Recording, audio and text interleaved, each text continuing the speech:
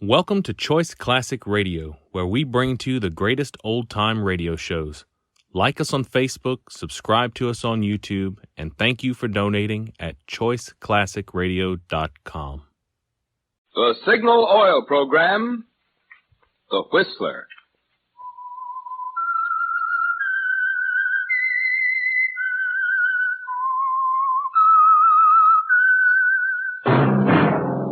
That whistle is your signal for the Signal Oil Program, The Whistler.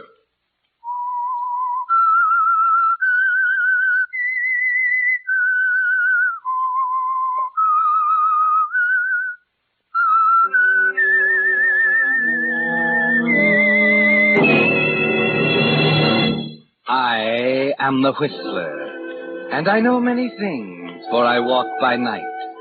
I know many strange tales hidden in the hearts of men and women who have stepped into the shadows. Yes, I know the nameless terrors of which they dare not speak.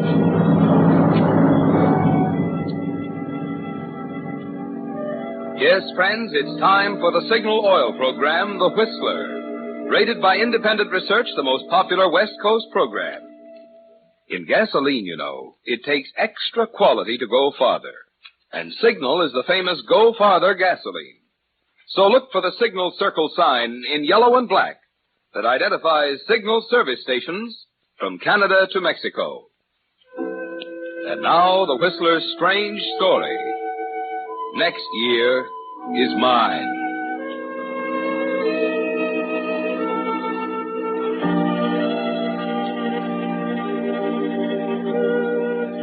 For 3 hours straight now, Johnny Hale had sat at his desk, shuffling through the stories and articles piled in front of him, blue penciling some for changes and others for rewrite.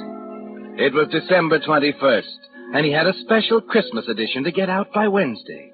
Suddenly he stopped, listened for a moment, put down his pencil, and walked to the window.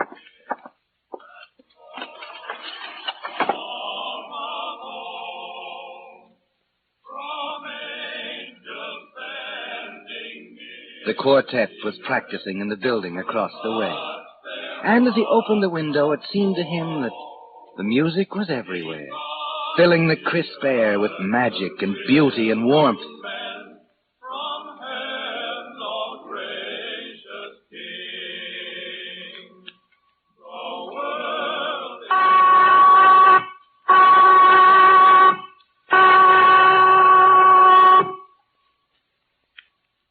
The prison whistle, Johnny, cutting Christmas out of the air like a knife. Lights out in 15 minutes, no matter what. You're not Johnny Hale anymore.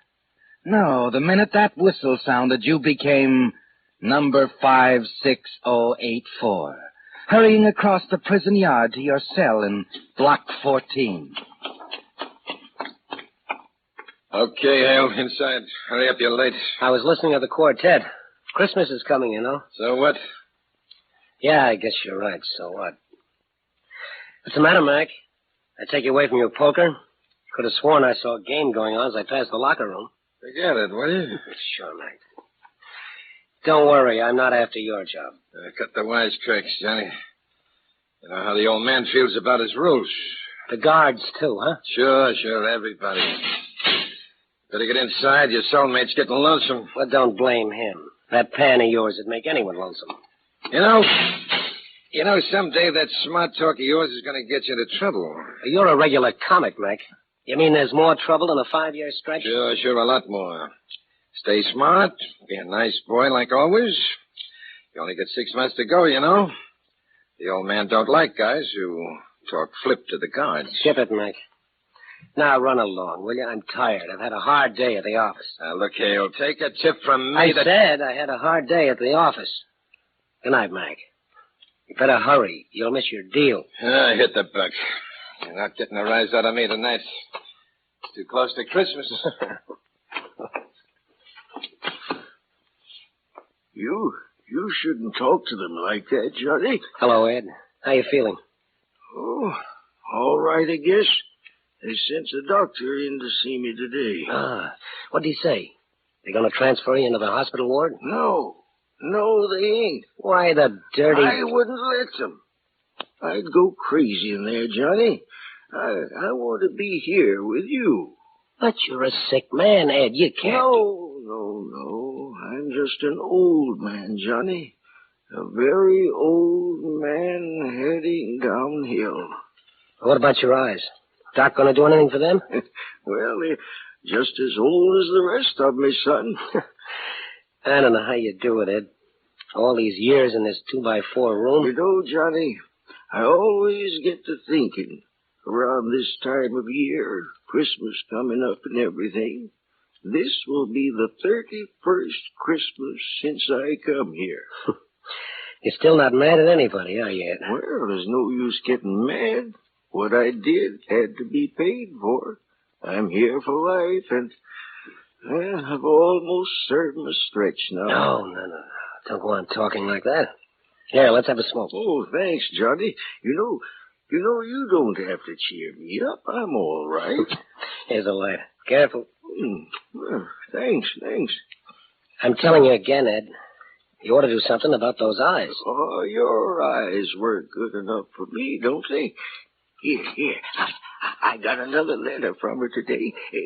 Will you read it to me? Sure, Ed. I'll read it.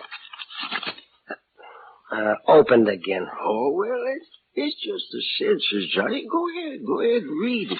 Well, let's see. My dearest Edward, it was so good to hear from you again. It's always the same, my darling.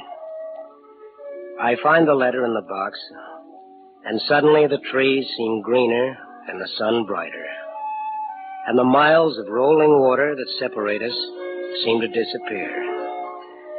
It's the nearest thing I know of to having you here with me, smiling and holding my hand, just as you used to do so often. That's the part they were kidding me about, I guess. Who was kidding you? Oh, some of the boys out in the yard. How did they know? Oh, it's nothing, Johnny. I suppose one of the censors thought... Yeah, that's what it is. One of those wiseacre trustees up in censorship. Well, they better watch their step. They got no right. They'll hear you. I don't care if they do hear me. What's in your letters is none of their business. Well, it's the rules. Well, I'm going to do something about it, Ed, tomorrow. I'm going to see old Ironsides upstairs and tell him what I think of his rotten rule book. Oh, now, please, Johnny, please, you'll only make trouble. There's no reason why your letters have to be open, and he knows it. Kidding you, huh? Making wisecracks about... Johnny. Please go on, will you? Finish it. Okay, let's see. I want you to know that I'm with you, Edward. Wherever you are, whatever you're doing, you'll be in my heart as long as I live. Go on, Johnny, go on. Sorry, Ed. There go the lights.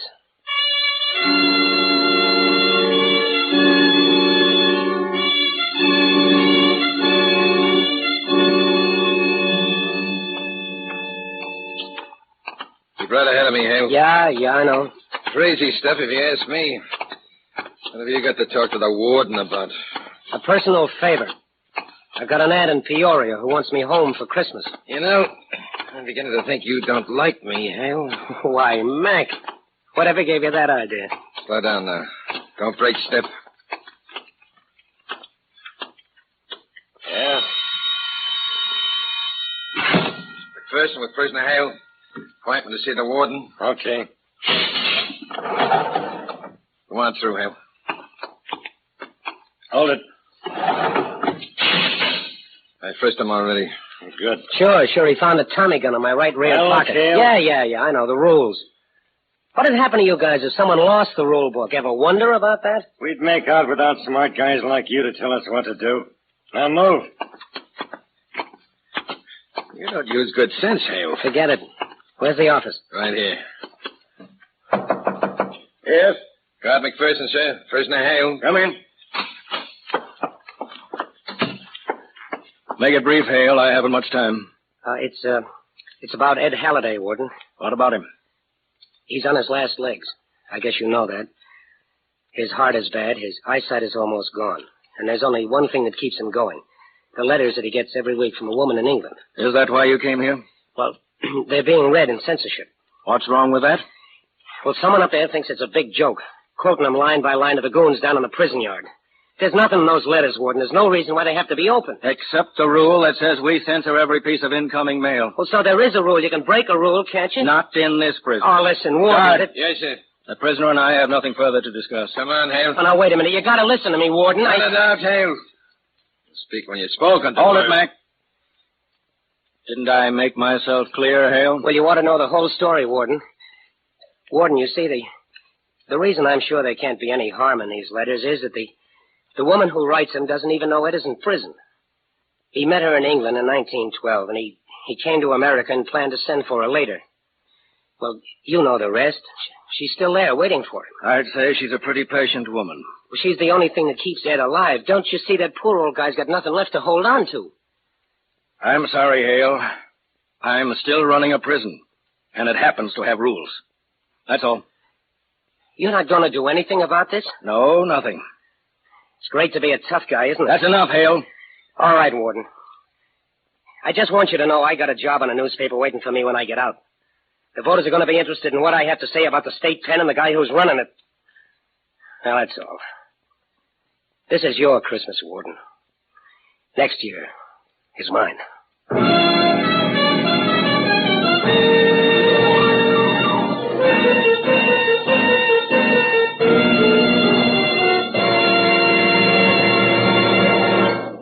With the prologue of Next Year Is Mine, the Signal Oil Company brings you another strange story by The Whistler.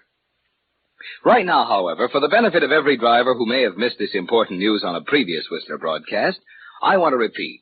At no time during the war were automobile batteries as scarce as they are right now. I wish we could promise you that our signal dealers will be able to take care of everyone who will need a new battery. But honestly, we can't. And no one else has enough batteries to make that promise either. Well, without a battery, cars just won't start. So you'd better give your present battery the very best care you can. And that's where your signal dealer can be of real help. You'll find he's happy to tend to those often overlooked details, such as adding water to the proper level or checking the charge to determine the exact condition of your battery. And if he finds your battery is run down, your signal dealer uses the most modern equipment and methods for recharging. So make it a habit to stop by your signal service station regularly for a battery checkup. Incidentally, everything you do to make starting easier naturally helps your battery last longer. So make sure your tank is filled with that really quick-starting gasoline, today's improved Signal gasoline. And now back to the Whistler.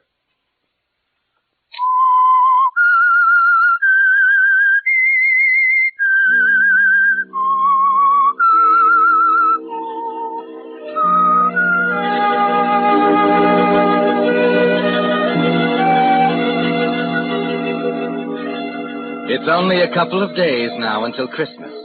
And Christmas has always been a difficult time of the year for you, hasn't it, Johnny? To the 3,000 men in the penitentiary, it means baked ham on Christmas Day, a few letters from the outside, a special sermon by the chaplain, nothing more. And to you, there's a terrible irony to it. Outside, peace on earth, joy to the world. Inside, 3,000 men, with Warden Conroy in his little office upstairs, following his book of rules to the letter. It's several days since you talked to him about old Ed and the letters, but it's still rankling inside you this morning as you walk into the prison newspaper office. Larry Marks, your assistant, is sitting in the corner reading a book as you enter. Hi, Larry. Got here early, huh? Yeah, had to get the Christmas edition in shape. Warden wants it out early. Full of the old cheer, that boy. Are we ready? Everything but the editorial. Uh-huh. What are you reading? Bible. Gotta have a text for an editorial, you know. You better not say anything that might give old Ironsides a guilt complex. His rule book's his only Bible. He follows it even when it means an old man's going to get pushed around. Oh, you mean Ed Holiday? Yeah. What day is today? Monday? Well, there'll be another letter for him, regular as clockwork, once a week. Where is he? He's in his bunk. He won't go to the hospital. Bad? Yeah. Well, we got to find a text. Give me the Bible. Yeah, let's see. What is that? Guy's out in the yard laughing at something. Oh, wait a minute. Who is that in the middle? That trustee, Charlie Allen. Isn't he working extra in the mailroom now? Yeah. What do you suppose the gag is? I don't know, but I've got an idea. All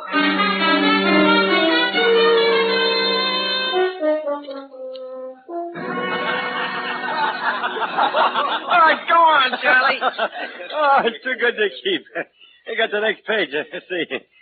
I still remember exactly how you looked at me the night we stood together for the last time. How I knew that nothing could ever change from that moment on. That the thousands of miles that were to come between us could never make a difference. And they haven't, Edward. Each letter brings you back to me again as strong and clear as ever. How do you like that, huh? All right, the miles don't make any difference to this dame. But I bet the bars do, huh? Hey, do you suppose the old coot never told her he's in stir, huh? I'll bet... hi, Johnny. You'll bet what, Charlie? We're just talking about your cellmate. I sort of figured you were. Yeah. I bet there's some things about the old boy you don't even know, Johnny. Maybe it's because I keep my nose out of his business. Give me the letter. Oh, I can't do that, Johnny. I haven't read it all the way through. It's my job to censor, you know. Is it part of your job to read it to this pack of grinning apes? Take it easy, John. Shut up. The beef isn't with you guys. You're too stupid. But Charlie here is something else again. Gonna give me that letter, Charlie? I can't. It's got to go through regular channels, and I Okay, gotta... pretty boy. Here's something doesn't have to go through channels.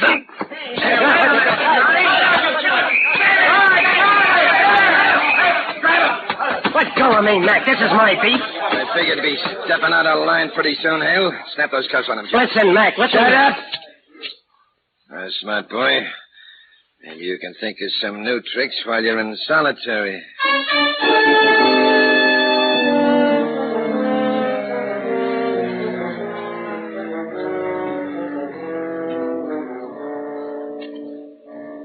Solitary, Johnny. Blackness, bread and water, endless hours. 24, 48. You don't know because you lose track of time. But solitary is punishment for hitting a trustee. That's in the rule book, too. It's a great place to spend Christmas, isn't it, Johnny? Peace on earth, goodwill toward men. All men except the ones in solitary, of course. Hale? Yeah. What is it, Mac? You think you can make it upstairs? What is it now? They want you up in the hospital. The hospital? You mean old Eddie? Yeah, the doc said he's asking for you. I think he's about ready to take off.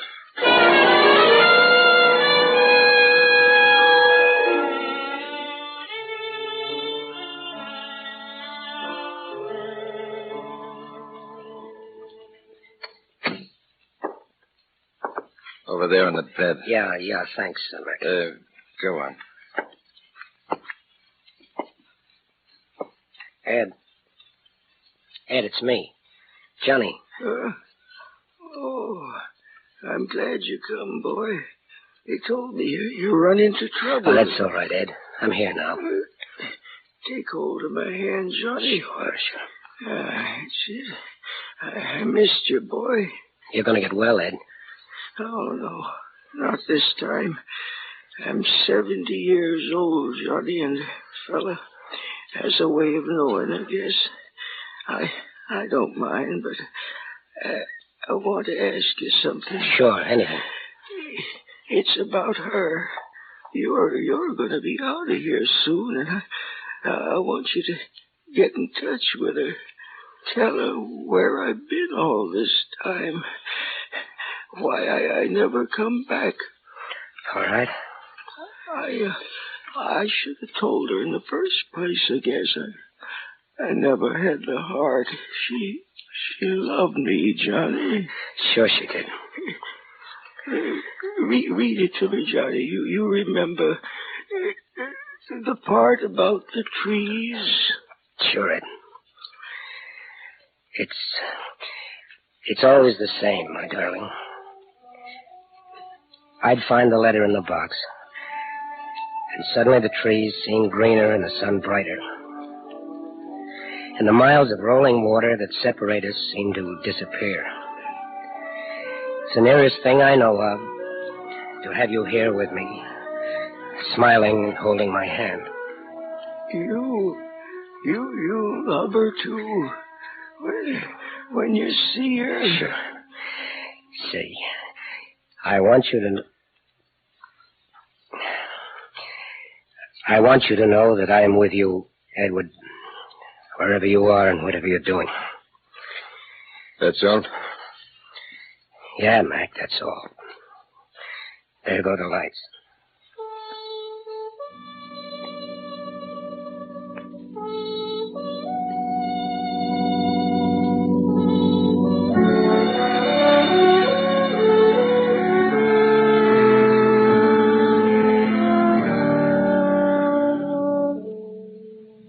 Did you take care of the certificate, Doctor? Yes, Warden.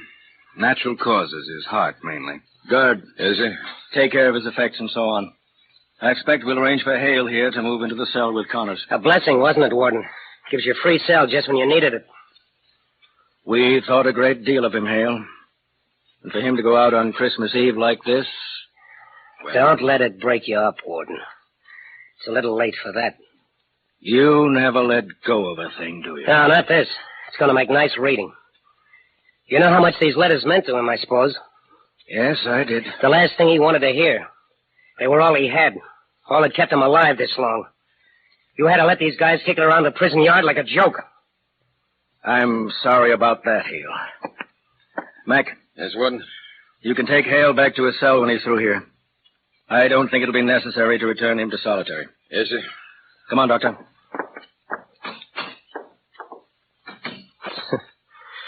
So Ed's gone and he can cross another number off his book just like that. Another number on the book. You talk too much. I think it's time I really wised you up. Okay, Mac. Better get yourself a pair of handcuffs.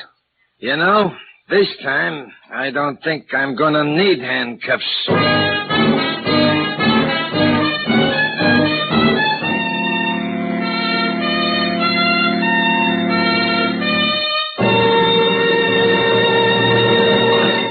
The Whistler will return in just a moment with a strange ending to tonight's story. I hate to disappoint you now, but the commercial message you expect at this time won't be heard tonight. I know it's a bit early to be opening Christmas gifts, but we here in the studio couldn't resist a peek into that present you gave us. I'm talking about that new popularity rating of the Whistler. Now, among you West Coast listeners, not only the most popular mystery program, but also the most popular dramatic program on the air. Well, that is absolutely the swellest Christmas present any radio show could get. And we of the cast want to thank you sincerely. Now, if you can keep a secret, I'll let you in on something signal dealers are sending you. It's 52 more weeks of the Whistler for next year. 52 more intriguing stories to add to your radio listening pleasure. And now, since we don't have television, I'd like to close by reading you a Christmas card that turned out much too big to fit in our mailman's pack.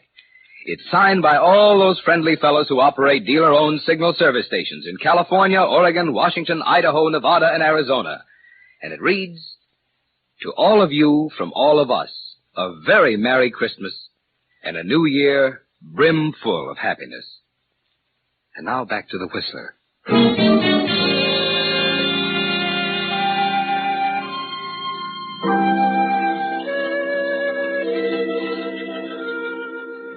The guard was right, wasn't he, Johnny? This time he didn't need handcuffs. And he gave you something you hadn't bargained for. He hit you all right. Not with his fist, but with 4 or 5 sentences that sent you reeling back like a man struck between the eyes with an axe. You didn't know the half of it, did you, Johnny? You know now you've got to even things up with Warden Conroy.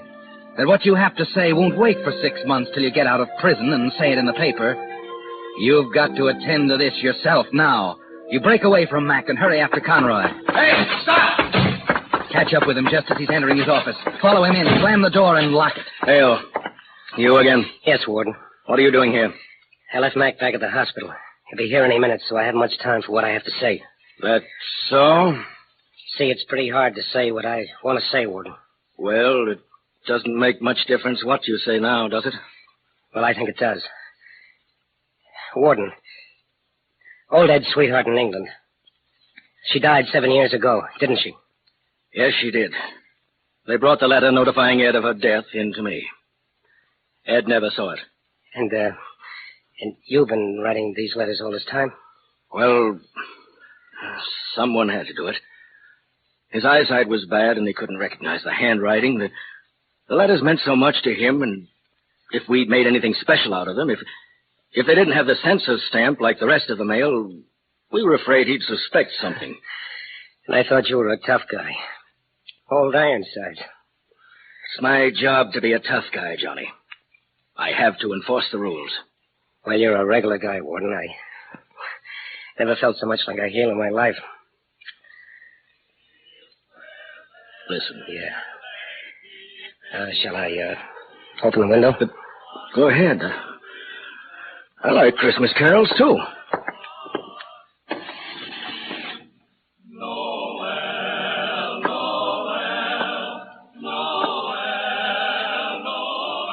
Pretty, isn't it? Yeah. You're a loyal friend, Johnny. You did a lot for old Ed, too. How about joining me in a little Christmas drink? Just happen to have a bottle of sherry here. Thanks. And Warden. Yes? It still goes, what I told you before. When I get out of here and I get back to being a newspaper man, I'm still going to tell the voters what kind of a guy they got in charge of the state prison. I'm going to tell the whole world.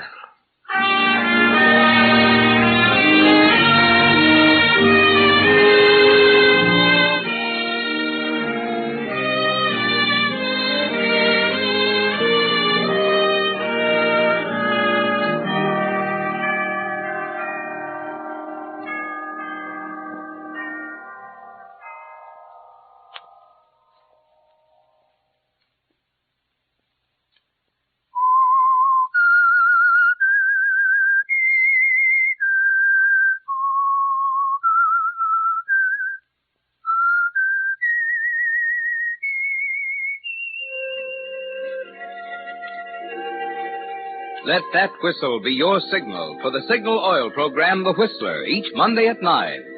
Brought to you by the Signal Oil Company, marketers of Signal gasoline and motor oil and fine quality automotive accessories.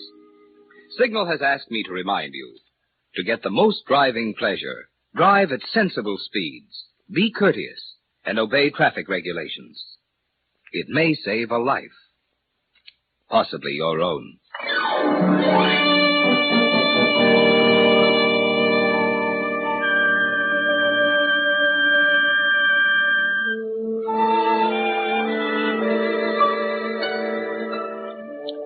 Featured in tonight's story were Frank Lovejoy and Charles Seal. The Whistler was produced by George W. Allen, with story by Joel Malone, music by Wilbur Hatch, and was transmitted to our troops overseas by the Armed Forces Radio Service. This is Marvin Miller speaking for the Signal Oil Company.